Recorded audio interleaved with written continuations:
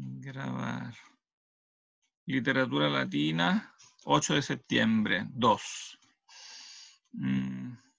Partamos directamente entonces con la lectura. ¿Voluntarios? Pero tengo que abrir el... Si quiere yo puedo seguir. ¿Tú puedes seguir? Sí. Bueno. Pero te parece que tengo la página equivocada.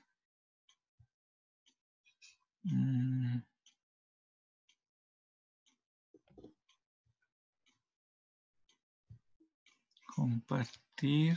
Ahí sí. Compartir. Entonces, bueno, terminaba el libro primero con esta situación dramática, ¿no?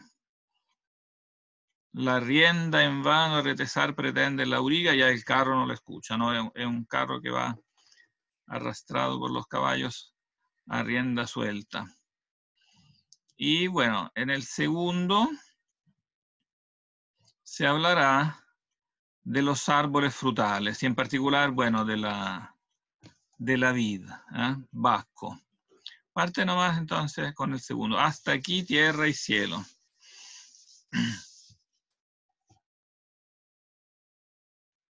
¿Sí? No, parece que está silenciada. Ahora sí, ahora sí. Sí. Hasta aquí tierra y cielo, los cultivos y el mundo sideral. Ahora, Baco, voy a cantarte a ti, y al par de los tiernos árboles de la selva y los retoños del olivo que lento cobra altura. Ven, oh padre Leneo, con tus dones todo está lleno aquí. Por ti las viñas con pámpano otoñal su carga cubren, y espuma la vendimia en jarras llenas. Sueltos, padre Leneo, los corturnos ven, y en el rojo hervor del monstruo nuevo tiñe conmigo las desnudas piernas. Diversos son los modos como cría los árboles natura. Brotan unos sin humanos empeños por sí mismos, y el campo llenan y las curvas márgenes de los sinos ríos. Blandos mimbres, tiernas retamas, chopos, sauces pálidos.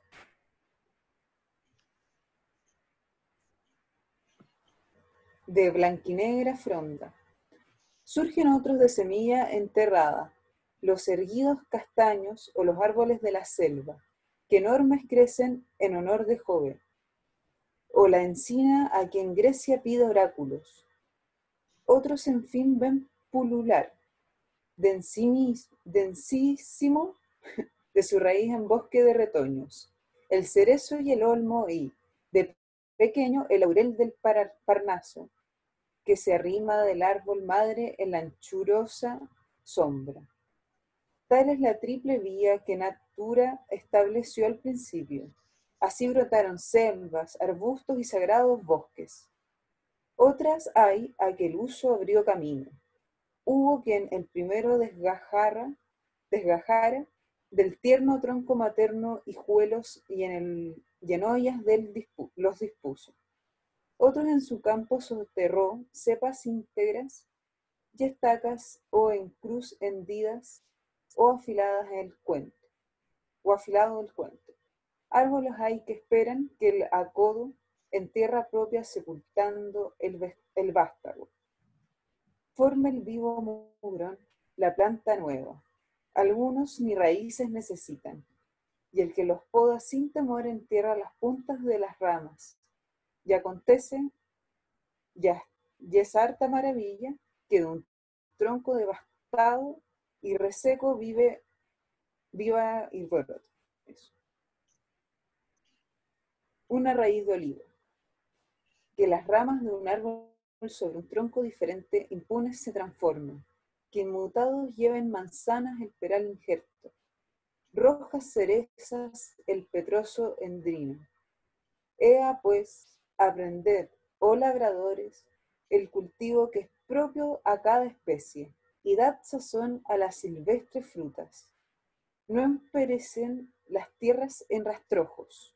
Grato es plantar viñedos en el Ísmaro, o el gran Taburno revestir de olivos. mas séme tu propicio, y hasta el término la empezada labor conmigo cumple. Mecenas, mi honra y pres, a quien es justo vuelve la mejor parte de mi fama.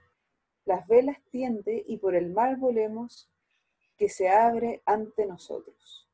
No es que piense abarcar en mis versos todo el tema, ni teniendo 100 lenguas y 100 bocas y voz de bronce. Vamos, ven rozando la orilla que está a mano. En este punto no voy a detenerme con ficciones, ni tediosos rodeos y preámbulos. Y aquí terminaría como el proemio, ¿no? Y bueno, aquí está la mención de mecenas, ¿no? O sea, tiene cuidado aquí de mencionar a quién es el que le ha encargado la obra, ¿no? Mecenas, mi honra y pres, a quien es justo vuelva la mejor parte de mi fama. Es el mérito mismo de la obra, ¿no? Fame, mérito, pars maxima nostre.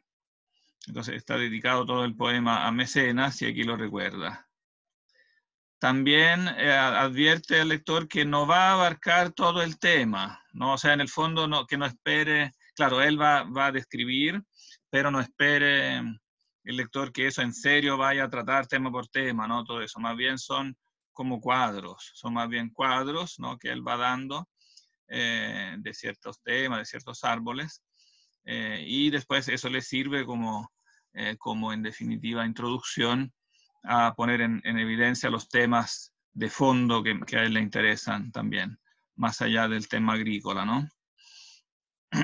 Aquí parte entonces la descripción y aquí con un procedimiento parecido al que veíamos antes, hace como una introducción que parece solamente agrícola, pero después va entrando en temas más contingentes o más, digamos, como diríamos, más atingentes al mundo humano, político, ¿no? Que como que es el tema de fondo que él tiene en mente. No sé si alguien quiere relevarte, ¿hay más voluntarios? Profesor, ¿Sí? una pregunta. Acá hay un cambio de tono en un punto, ¿no? Como más, no sé si formal, pero en un momento me pareció que cambió un poco el registro. No sé si ¿Dónde? eso será en el texto original. No sé, un poco antes, pero no estoy segura.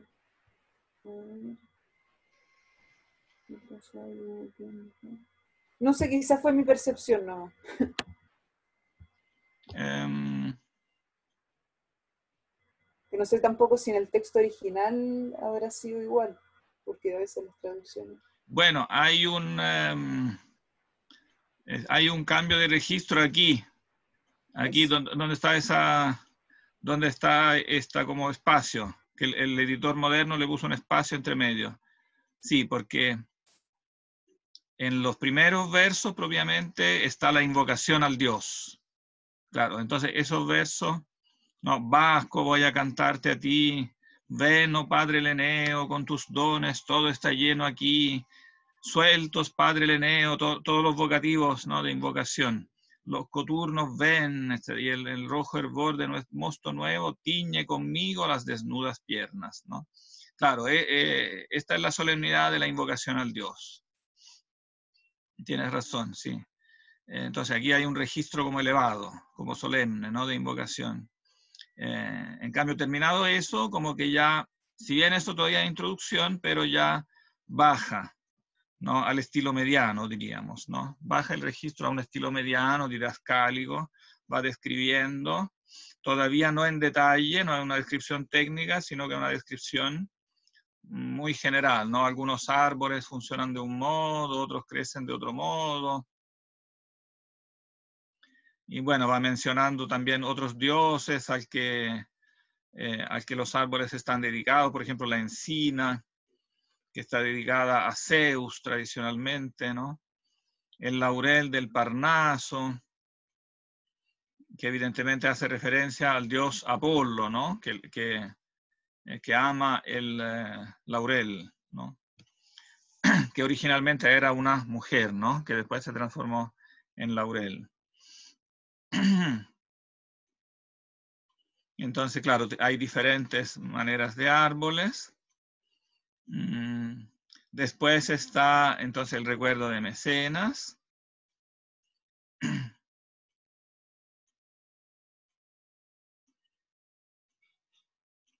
¿No? Que tiene que ser propicio. Y después sí parte con la descripción como tal. Pero veremos que pronto la abandonará para entrar en un tema diferente. ¿Quién sigue? ¿Quién se ofrece voluntario? Yo puedo seguir, profesor. Ya, perfecto. Desde el árbol. Desde el árbol, sí. ¿Sí? El árbol que espontáneo se encarama a las regiones de la luz, estéril pero lozano y corpulento surge.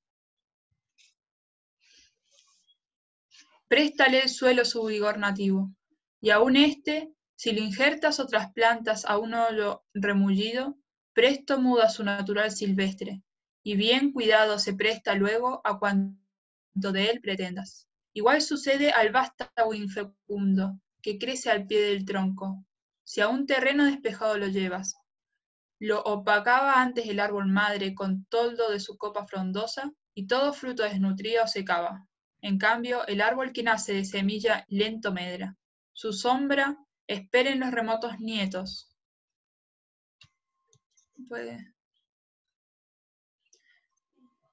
Pero frutos también de menos lustre, vago recuerdo del sabor antiguo, agraces para el hambre de las aves. Todo árbol, en verdad, cuidados pide. En su hoyo ha de crecer, en surco propio, y con ardua labor si ha de domarse. Pero a su modo cada cual. Responden los olivos mejor si se los hinca por garrotes, las viñas por provenas, y los mirtos de Pafos por esquejes. Se plantan de postura el avellano de dura fibra, el alto fresno, el tronco de cuya fronda coronase alcides.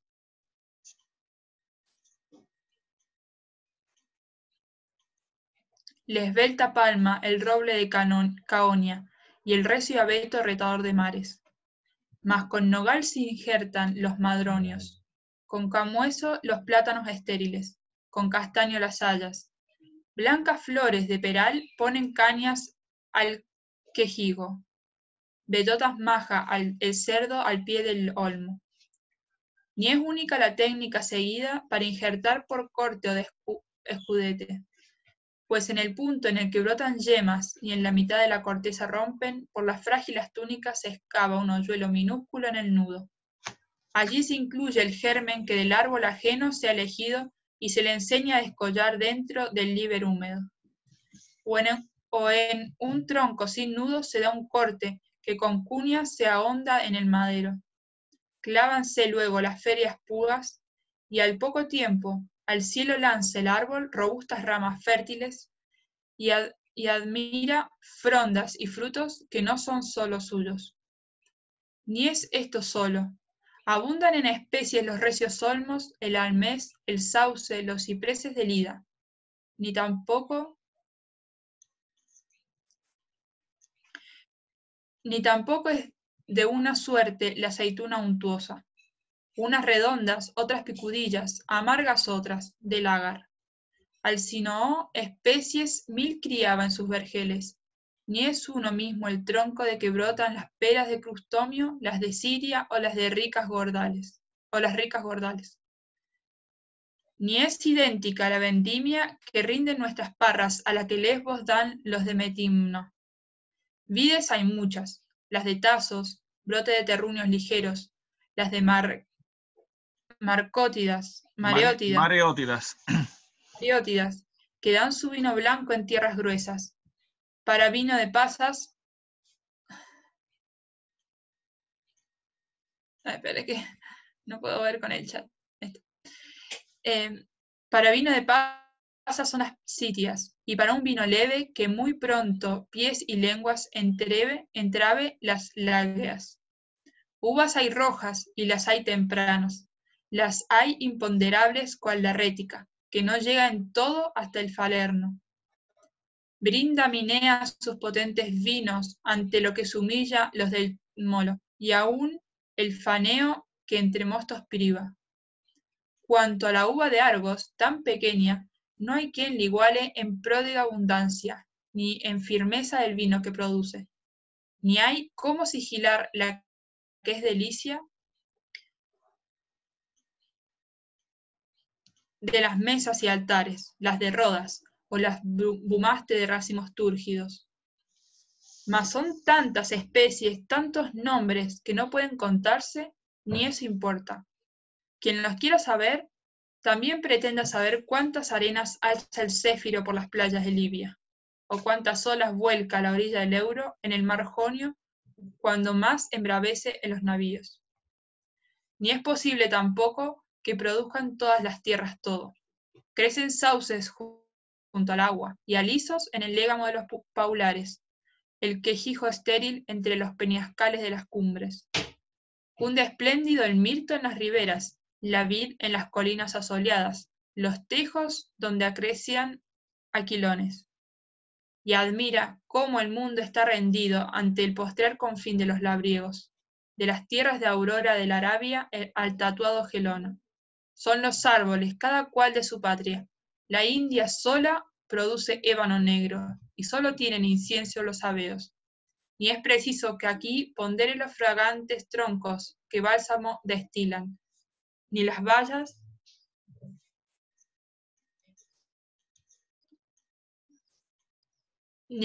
del siempre verde acanto, ni los bosques que blanca lana ofrecen al etíope, ni las hojas que al seres que las peina dan lustroso vellón, ni las algabas que en el confín del universo cría la India en las riberas del océano, y en las que no supera flecha alguna la altura a que los árboles mecen, siendo en el tiro aquella gente eximia. La media da el limón de jugos ácidos y de dejo tenaz, que cuando herbola con plantas y maléficos conjuros, sus bebedizos la madrastra impía, ese remedio que más pronto expele de los cuerpos la tétrica ponzoña. Es árbol grande el limonero, idéntico en aspecto al laurel. Laurel sin duda llamáranlo, a no ser por la fragancia que esparce tan distinta desde lejos. No hay viento que le arranque ni el follaje, ni la flor. A los medos es recurso contra el aliento fétido y el alivio para el asma que afligen a los ancianos. Mas que la tierra meda rica en selvas, que el Ganges bello, el Hermo turbio de oro, o la Bactra, o la India, o la Pancaya, con sus arenas que el incienso aroma, en glorias con Italia no compitan. De Italia las campiñas nunca araron toros de Colchis vomitando llamas para sembrar en ellas dientes de hidra. De ellas nunca brotaron los guerreros mies de erizados y yelmos y lanzones. Los que las viste son trigales grávidos. Es el másico flujo de las cepas. Son lautos olivares. Son pasturas con espléndida grey. De ellas provienen, entre escarceos, el corcel guerrero. De ellas, blancos rebaños, ocitumno y el noble toro, la soberbia víctima. Espera, oclitumno. Oclitumno. Y el noble toro, la soberbia víctima, que tras bañarse en sus sagradas ondas, tantas veces al templo de los dioses, fue encabezando los romanos triunfos. Espera, para un poquito ahí porque después sigue bastante, pero aquí me interesaría que alguien comentara cuál es la evolución de los temas, ¿no? En esto que leíste bastante largo, como que se suceden diferentes temas y se va preparando como el tema principal que él quiere tratar, ¿no? ¿Quién me podría decir eso? Por ejemplo, Carlos. ¿Podría repetir la pregunta, por favor? La pregunta es, ¿qué temas? Podríamos quizás decir que hay como 3 temas que se van sucediendo en estos versos que leyó la María José. Un poquito largo eso, pero lo hice a propósito para que alguien captara que aquí se suceden diferentes temas, ¿no? O sea, dentro del único tema agrícola hay una sucesión de temas que gradualmente se van acercando como al tema central que más le interesa de esta sección, ¿no? ¿Te acuerdas, Sí, ¿te acuerdas un poco de los temas en grandes líneas? Estoy consciente de dos, que ¿Ah? probablemente sean los dos últimos. En primer ¿Cómo? lugar, ¿sí, aló? ¿Me escucha? Sí, me gustaría Ya. verte también, si fuera posible. ¿Cómo Ahí, no? ahí. Ya. Em, sí, o sea, los dos temas que logré distinguir son, en primer lugar, los métodos de cultivo, que puede ser por esqueje o por semilla. Y Sí, en segundo lugar, puede distinguir que pasa a tratar la caracterización de cada árbol independientemente. sí, claro, hay una diferencia, diferentes especies de árboles, cómo se injertan, diferentes técnicas. Después Ujú. pasa a un árbol en particular, como que se concentra en, bueno, quizás el árbol que más le interesa, ¿cuál es?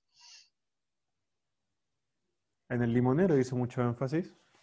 Pero no, pero hay una planta que le interesa más, que me detalla varias especies de ella. David, Ah, la Claro, vid, sí. la vid. De la vid hay muchas especies, ¿no? De las que salen diferentes vinos, ¿no? Entonces, eso, claro, eso evidentemente era un tema que también los romanos de la época conversaban bastante, ¿no? Porque estaban, claro, los diferentes vinos itálicos, pero después llegaban, evidentemente, a Italia los diferentes vinos griegos, orientales, etc. Entonces, evidentemente, como era una cosa propia de la mesa, se conversaba mucho. Digamos, hay evidentemente aquí algo familiar para el lector, no solo para el técnico, ¿no? Hay diferentes vides de Lesbos, de Metimno, Tasos, ¿no? Vinos blancos, vinos de pasas, vino leve, etcétera, etcétera, ¿no? Uvas rojas. Se nota que hay una, digamos, una afición, ¿no? Al vino de parte, no de Virgilio en particular, ¿no? Del público romano, que amaba como tomar bastante, ¿no? Eh, sin lugar a duda, ¿no? Esa era una parte que al público le sonaba como familiar, que le gustaba, ¿no?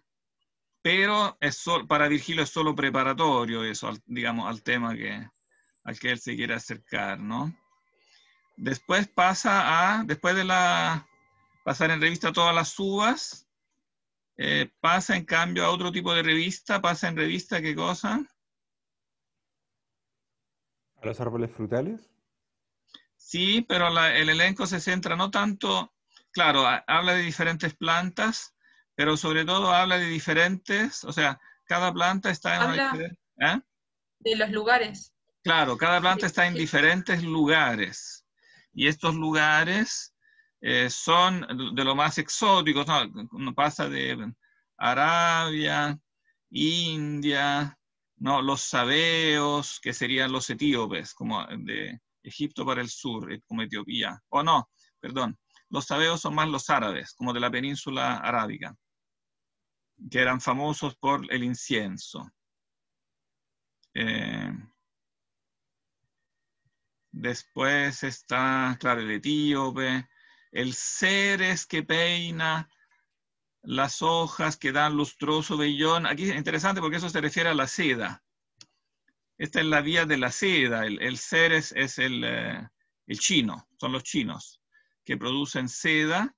Y aunque los romanos no tienen un contacto directo con China, pero sí hay un contacto indirecto porque llega la seda, ¿no? De hecho, sérico, el adjetivo que hasta el día de hoy usamos, sérico quiere decir de seda, ¿no? Después vuelve a la India, en las riberas del océano. Bueno, el concepto de India es amplio, hay que imaginarse que no tenían una noción geográfica muy precisa de todo el oriente, digamos, de la India hacia el oriente, no tenían un mapa muy claro, ¿no? Pero sí que, digamos, que más al oriente del Imperio Pártico estaban los indos, ¿no?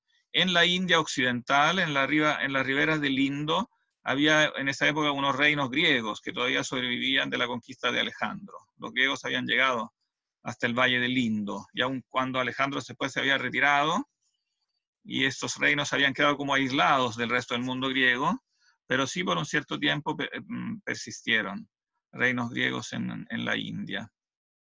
Después en las que no supera flecha alguna. Bueno, aquí vuelve como a los partos. Los partos son expertos en tirar flechas. Después Media, siempre ahí cerca de Persia, parte del imperio persa, pero aquí ya empieza cierta como, se pasa, hay como un cambio de registro, porque se pasa de la exaltación de los productos agrícolas o de la artesanía, se pasa a una cierta producción de cosas peligrosas, ¿no? Plantas y maléficos conjuros, ¿no? Después,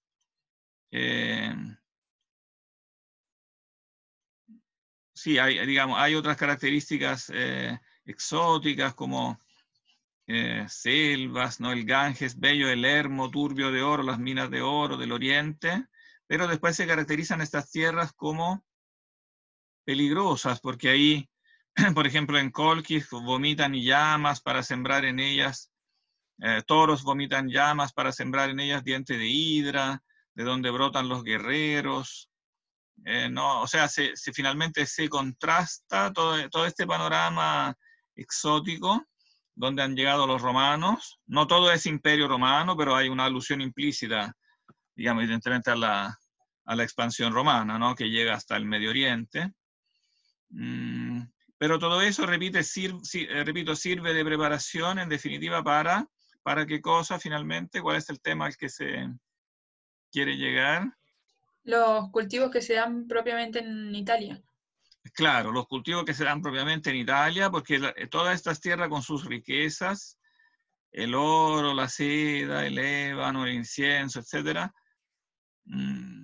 todo eso no puede competir en glorias con Italia, ¿no? Fíjense que no se habla de gloria guerrera, ¿no? Porque el tema es agrícola, se habla más bien de gloria agrícola, ¿no? Pero evidentemente una manera de insertar el tema de Italia, que eso es lo que le interesa a él, ¿no? De Italia, las campiñas nunca araron toros de Colchis. O sea, Italia es una tierra que tiene una vocación como más pacífica. La tierra es pacífica, no tiene estas cosas extrañas que pasan en estas regiones exóticas. Más bien hay trigales grávidos, el másico flujo de las cepas, un vino propio de Campania. Lautos olivares, son pasturas con espléndida grey. De ellas provienen entre escarceos el corcel guerrero, de ellas blancos rebaños o clitumno. Clitumno es un río de Umbría donde se hacía un sacrificio especial de un toro, que después era llevado hasta Roma. El noble toro, la soberbia víctima, que tras bañarse en tus sagradas ondas, tantas veces al templo de los dioses, fue encabezando los romanos triunfos. Ven como el desliz es como discreto, pero se va deslizando del tema agrícola al tema político, ¿no? En definitiva. Claro, de esta naturaleza especialmente fértil, nacen también, evidentemente, los guerreros, ¿no? El corcel guerrero, después hablará también de los guerreros humanos, nace el toro que después encabeza los romanos triunfos, ¿no? Está Italia y dentro de Italia los romanos triunfos. Lógrase aquí perenne primavera y un estío que invade ajenos meses. Al año da 2 crías el ganado y el árbol 2 cosechas. Ni la furia se siente aquí de tigres y leones, ni el acónito engaña al campesino, ni se ve que rastrera sus espiras, inmensa encoja la escamosa sierpe cubriendo el suelo al deslizarse, ¿no? Italia es un país donde no hay bestias feroces, no están esos terribles felinos, el tigre, el león, las serpientes, etcétera, ¿no? Más bien hay perenne primavera, hay cosecha doble, etcétera, ¿no? Añade tanta egregia ciudad. ¿Ven cómo pasa del tema agrícola al tema como más bien civil, ¿no? No está solo Roma, eso también le interesa. Italia para Virgilio no es solo Roma. Y aquí pone muy explícita la importancia de las otras ciudades, de otros pueblos. Claro que Roma es la ciudad central, pero es muy importante para él no limitarse a Roma, da un panorama, en efecto, de toda la península. Tanta egregia, o sea, noble, antigua, ilustre ciudad. que a tanta costa sobre abruptos peñones enriscada enhiesta sus bastiones, mientras lamen las vetustas murallas mansos ríos.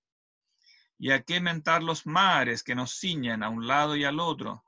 Y los inmensos lagos, el Lario Máximo, el Venago con su oleaje y su fervor marinos, o a nuestros puertos y el enorme dique que contiene el Lucrino, y ante el muelle el rugir de las olas indignadas, donde retruena la onda Julia al choque del rechazado Ponto, y el Tirreno se encausa al lago Averno borbotando. ¿Por qué es importante esto? Porque está la belleza del paisaje, ¿no? La riqueza, hay mares, ¿no? De un lado y del otro de la península, hay inmensos lagos, está hablando de los lagos que están en el norte de Italia, entre los Alpes, que son los únicos lagos que hay en Italia grandes, ¿no? En el norte de Italia, entre los Alpes y el Po. Sería actualmente el lago de Como, el lago de Garda, que hasta hoy son famosos y son bellos. O sea, el paisaje es bello, es maravilloso, pero no es solo el paisaje natural, ¿no? Es lo que los hombres han sabido hacer, los puertos, ¿no? Que han sabido construir, el enorme dique, las gigantescas obras de ingeniería, ¿no? Que los romanos han sabido hacer con grandes arquitectos. Evidentemente que la tecnología viene de los griegos, ¿no? Pero los romanos la han sabido aprender y ahora la están implementando en grandes obras, ¿no? De ingeniería, de arquitectura, que sobre todo aquí está hablando de las marítimas, ¿no? El muelle, o sea, puertos artificiales, ¿no? El rechazado Ponto, entonces el mar que es como encanalado y se forma una especie de lago, o sea, se hizo como una especie de gran lago artificial en torno al lago volcánico del lago Averno, que está cerca de Nápoles. Averno, donde los antiguos creían que estaba el ingreso al más allá. Entonces era después también importante para toda la literatura, para la Eneida y después este nombre Averno, que es una localidad cerca de Nápoles, que es un antiguo lago volcánico. Se creía que ahí cerca estaba el ingreso al más allá. Pero aquí el acento está en todas estas como maravillas también de ingeniería, ¿no? Tecnológicas. Después están la minería, filones hay también de plata y minas de bronce, y hasta el oro en él corrió a raudales. Bueno, eso lo inventó completamente, porque el oro en Italia, la verdad es que nunca corrió a raudales. Sí hubo minas de plata en Cerdeña, que se explotaron durante toda la antigüedad, ahora ya están agotadas, ¿no? Hubo minas de plata y de otros metales. De oro, definitivamente no. El oro venía de otras partes. Pero lo más importante, evidentemente, más allá de la minería, son los hombres, ¿no? Más su orgullo son los hombres que cría, ¿no? Recias razas y enérgicas, los marsos y sabinos, los lígures sufridos, y los volscos que empuñan el gorgús, aquí los decios, los marios, camilos y escipiones curtidos en la guerra. Aquí claramente hay dos grupos, ¿no? Por un lado están marsos y sabinos, lígures y volscos. Después vienen decios, marios, camilos y escipiones. ¿Cuál es la diferencia entre estos dos grupos? Son como dos listas distintas que hay que para el lector, evidentemente romano, eso era evidente, pero para nosotros no es tan evidente. Entonces, por eso me gustaría que alguien lo explicitara. No sé si quiere hacerlo también Carlos o quiere hacerlo Magdalena. No, Magdalena. no, soy María José. No, sí, sé que eres María José, pero yo quería preguntarle primero a Magdalena.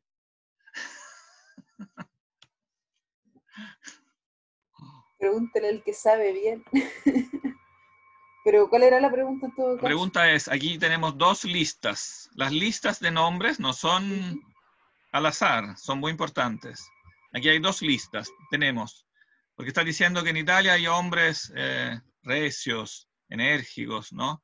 Y después hace dos listas concretas. Primero menciona marsos, sabinos, lígures, volscos. Después, Eso se refiere a los Decios, dos Marios, partidos Camilos y políticos. Escipiones. ¿Eh? Quizá tiene relación con los dos partidos políticos que habíamos estudiado. No. ¿No? Ah, no, entonces no sé. Marsos, Sabinos, Lígures, Volscos son, María José.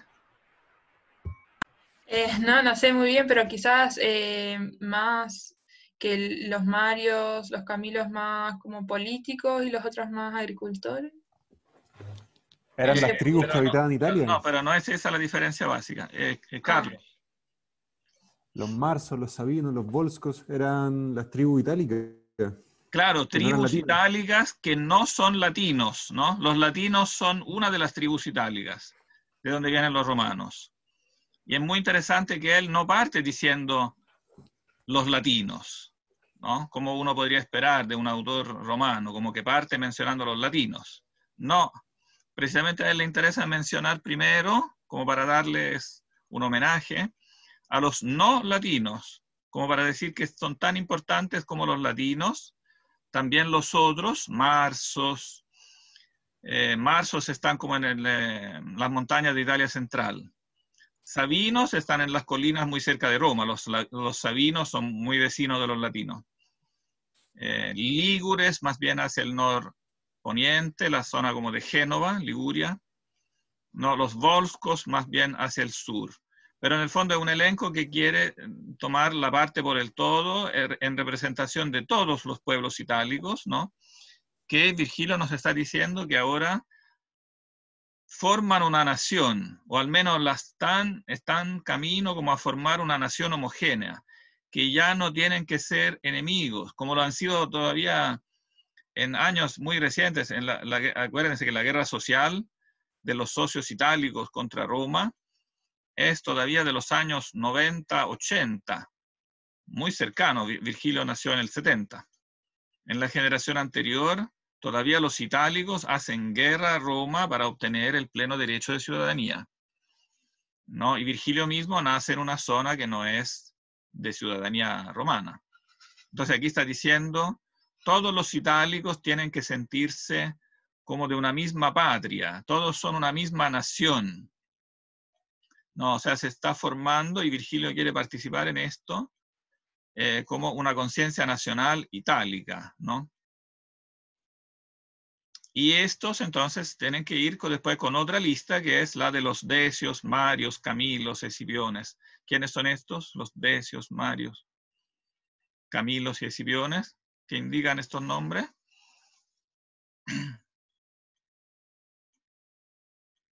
Carlos.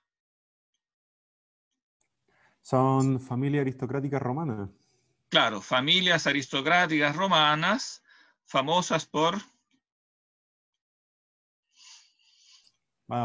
un montón de hazañas guerreras. Claro, sobre todo por muchas hazañas guerreras, ¿no? En las diferentes guerras celebradas como en la memoria romana, ¿no? Los Decios ya en las guerras ya desde la época de las guerras contra los etruscos y después contra los otros pueblos, los Marios, Camilos y bueno, los Escipiones famosos en las guerras púnicas, ¿no? Bueno, y obviamente no puede faltar la mención del César, ¿no? Por sobre todas estas familias, ¿no? Evidentemente está la familia de César, tu César, que es siempre obviamente Octaviano, ¿no? Que triunfante en los confines últimos del Asia, al lindo sojuzgado, por siempre alejas del romano Alcázar. Bueno, el lindo sojuzgado es un poquito una exageración retórica, ¿no? Porque la India quedó siempre fuera del dominio romano, porque estaba obviamente más a oriente todavía del Imperio Pártico, pero es una manera de decir, ¿no? Una manera de exaltar a Octaviano, César. Salve Saturnia tierra, ¿no? Aquí está como la culminación como de este himno, que si ustedes lo piensan, es como una especie de himno nacional que está escribiendo, ¿no? Primero exalta como las bellezas naturales y después, ¿no? El valor de los hombres, la fuerza de los hombres, mencionando, ¿no? Héroes nacionales, etc. Pero la culminación es seguramente este verso, ¿no? Salve Saturnia tierra. Lo pueden leer también en latín.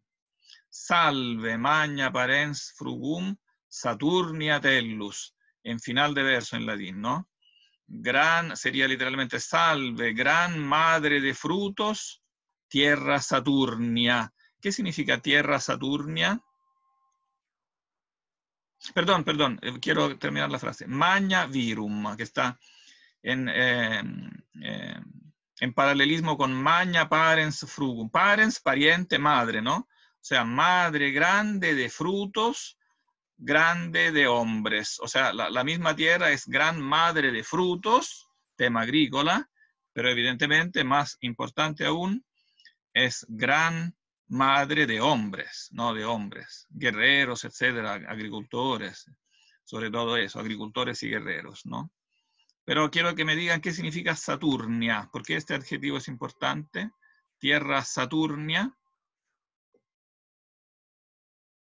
Yo diría central, es como la palabra más central, este simple adjetivo, Saturnia, que resume un poco todo lo que quiere decir aquí Virgilio.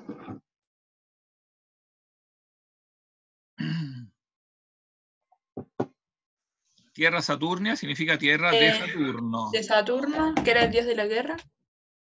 No. ¿No? No, es un dios importante por otro motivo, Saturno. ¿Quién era Saturno?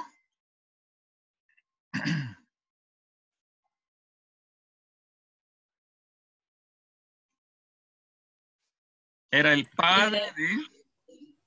¿Y será entonces de la agricultura? el equivalente de Urano, ¿o no? No, el equivalente de Cronos. Ya, perfecto. ¿De la Tierra? Y por lo tanto es el padre de, en la teogonía griega, es el padre de... ¿Quién es el hijo de Saturno? ¿Gea? Júpiter. ¿Ah? Júpiter. No. ¿Ah? No entendí. ¿Carlos? ¿Gea? ¿O la Tierra? ¿No? Sí, si Saturno es el equivalente a Cronos, entonces estamos hablando de que es el padre de Júpiter. Claro, es el padre de Júpiter. Es el padre de Júpiter. Y por lo tanto, ¿qué significa eso? Recuerden todo lo que dijimos de la edad del oro, que Júpiter, después de Júpiter empieza a decaer, ¿no?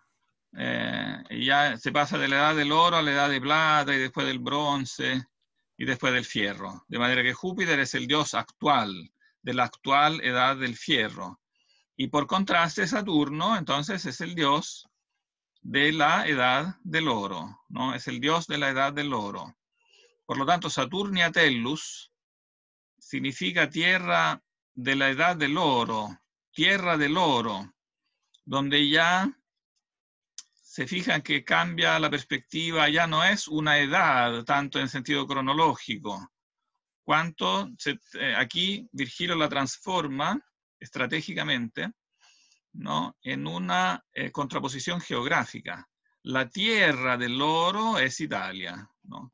Por eso ella está en el centro del imperio, por eso ella es la tierra donde en definitiva se puede cumplir, llamémosla así, esta como esperanza mesiánica, ¿no? Este Mesías que es Octaviano viene a traer la felicidad, no en el futuro, ni en un lugar utópico como es, por ejemplo, en el Epodo 16 de Horacio que leímos, ¿se acuerdan? El Epodo 16 que leímos la vez antepasada, donde Horacio dice, no, tenemos que embarcarnos todo para ir a las Islas Bienaventuradas, porque aquí en Italia ya no hay nada que hacer, aquí ya es un desastre, sin remedio, no se puede hacer nada. No, aquí le está rebatiendo en definitiva Virgilio. Seguramente aquí Virgilio tiene en mente el Epodo 16 de Horacio y lo está contradiciendo. Está diciendo, no, nada de irse a las Islas Bienaventuradas. La edad del oro está aquí, en Italia, ¿no? Y la está trayendo ya Octaviano. Entonces, es muy, digamos, responde como a una idea política bien concreta y precisa, ¿no? Claro, está la idea general de la patria, de los itálicos, ¿no? Pero eso se concreta en un anuncio, llamémoslo así, un evangelio, bien, una buena noticia. Entre paréntesis, la palabra evangelio no es que yo la esté tomando del cristianismo, son los cristianos que la tomaron de la política de esta época. En la política de esta época se llamaba precisamente evangelio el anuncio que hacía un rey cuando se presentaba precisamente como el salvador de la patria, etcétera, etcétera, ¿no? Entonces venía a dar su anuncio, un anuncio como de salvación, de felicidad, ¿no? Pero aquí lo hace evidentemente Virgilio en un cuadro teológico muy, muy amplio, en que reinterpreta toda esa como doctrina de la Edad del Oro para aplicársela específicamente, ¿no?, a Italia y a la llegada de Augusto, de manera que también inserta muy fuerte, como dentro del tema de la Edad del Oro, el tema mesiánico, ¿no? Hay un personaje en especial que vendrá a traer esta Edad del Oro, que está viniendo ya, ¿no?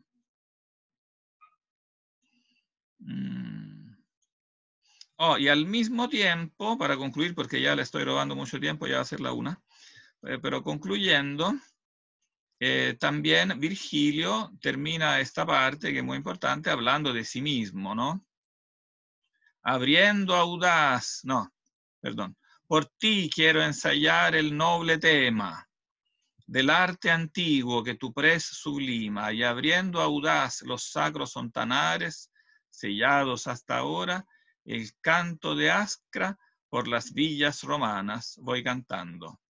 Aquí entonces él cierra hablando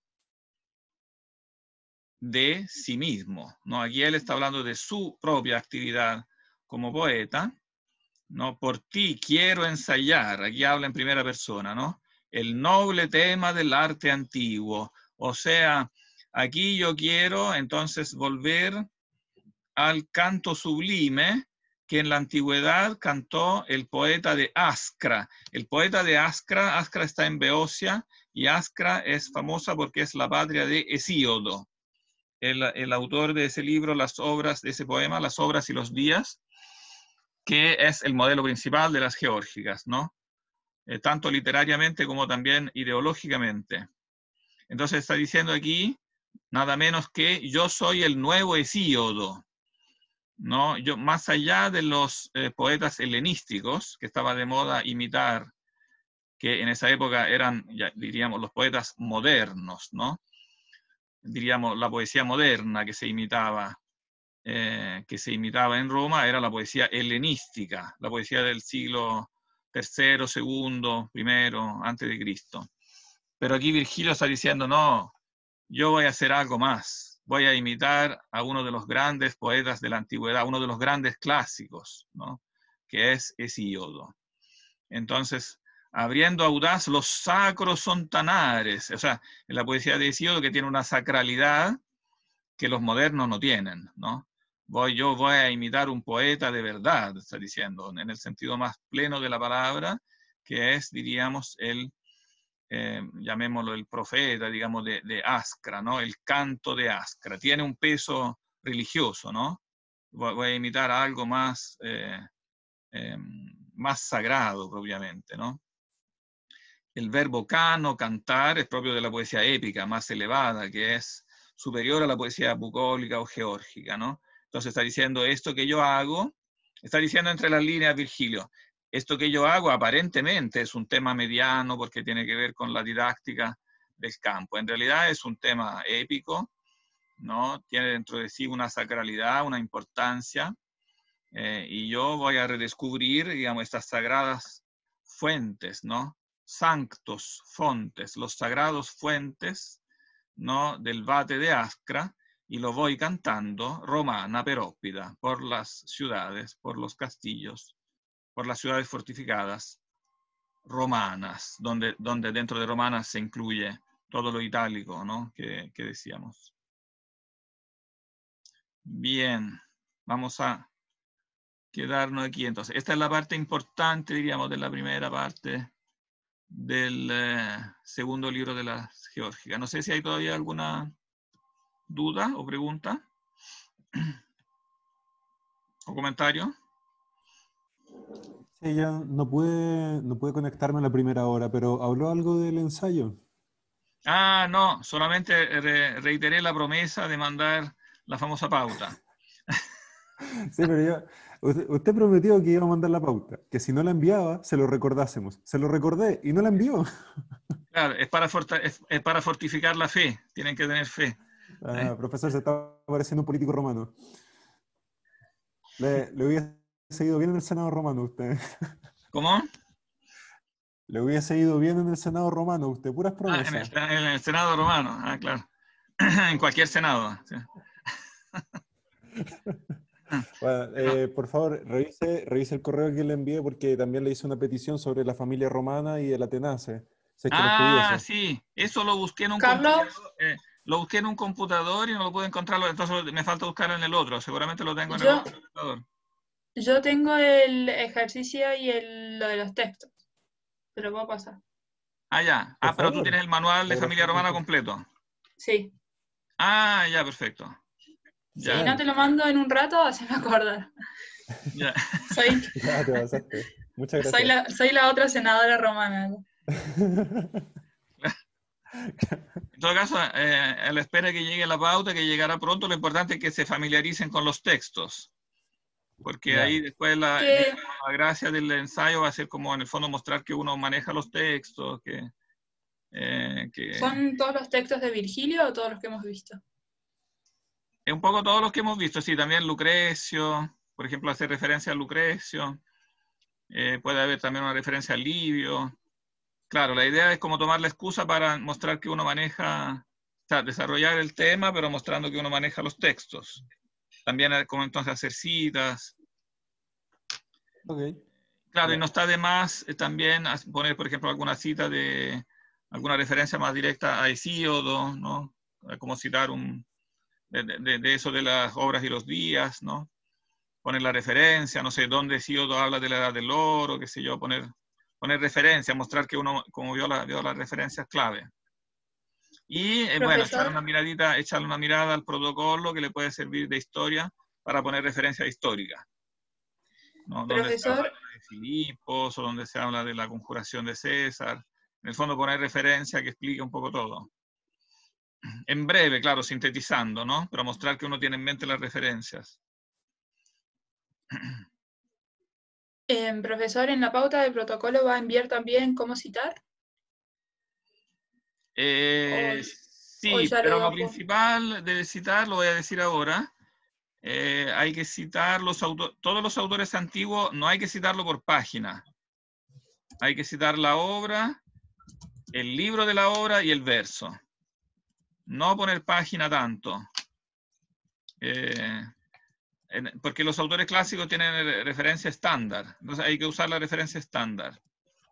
Entonces no sirve de nada poner, por ejemplo, aquí página, no sé si están aquí las páginas. No, ni siquiera están, no las veo. Sí, aquí por ejemplo dice página 106. Pero no me interesa que es la página 106, me interesa que es el libro segundo, verso, por ejemplo, no sé, entre 165 y 170. Lamentablemente están numerados los versos latinos. Pero ustedes pueden hacer una comparación. Si este es el 155 y este es el 160, ustedes saben que son estos, siempre el castellano es más largo, son como estos 7, 8 versos que corresponden a estos 5, algo así. Ponen una referencia, no importa que sea aproximada, pero uno se orienta, yo sé dónde está. Eso vale para todos los textos antiguos. Los textos modernos no lo pueden citar como prefieran ustedes. Puede ser, claro, poniendo nombre de autor, nombre de libro y página. Una referencia. Por ejemplo, si citan el manual, es una buena idea citar, por ejemplo, el manual de von Albrecht. Ahí ponen simplemente von Albrecht y página, ¿no? Justo ayer estaba citando uno de los diálogos de Platón para otro trabajo.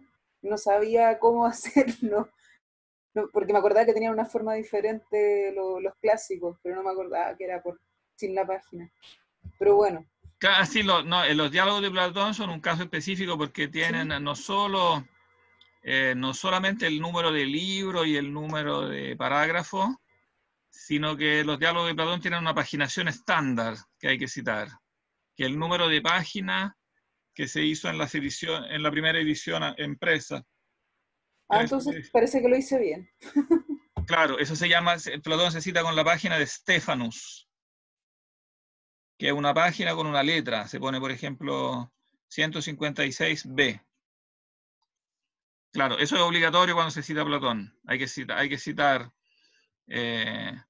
obra, libro y después la página Stephanus. Y lo mismo con Aristóteles, pero se llama la página Becker. También hay que citar libro, o sea, obra, libro, por ejemplo, Ética Nicomaquea, libro 1, página, no sé, 12b, que es la paginación Becker.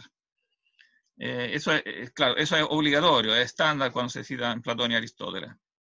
El resto de las obras se citan con libro, por ejemplo, Geórgica, segundo, verso 272. Obra, libro, verso, así. Y claro, eso es lo principal de las citas. Bien, los dejo porque ya es muy tarde. Así que nos veremos el viernes, ahí terminaríamos de leer el libro segundo, así que sería ideal si pudieran terminar de leer el libro segundo y después vamos a comentar una parte específica del final del libro segundo. Y eso va a ser como todo lo que entra en el ensayo. Después el resto de la geórgica, también haremos algo más, pero eso no va a entrar en el ensayo porque la próxima semana hay vacaciones. Así que ya no va a entrar. Bien. Que estén bien entonces. Nos veremos el viernes y tengan fe que va a llegar la... Gracias, profesor. Nos vemos. Chao. Chao.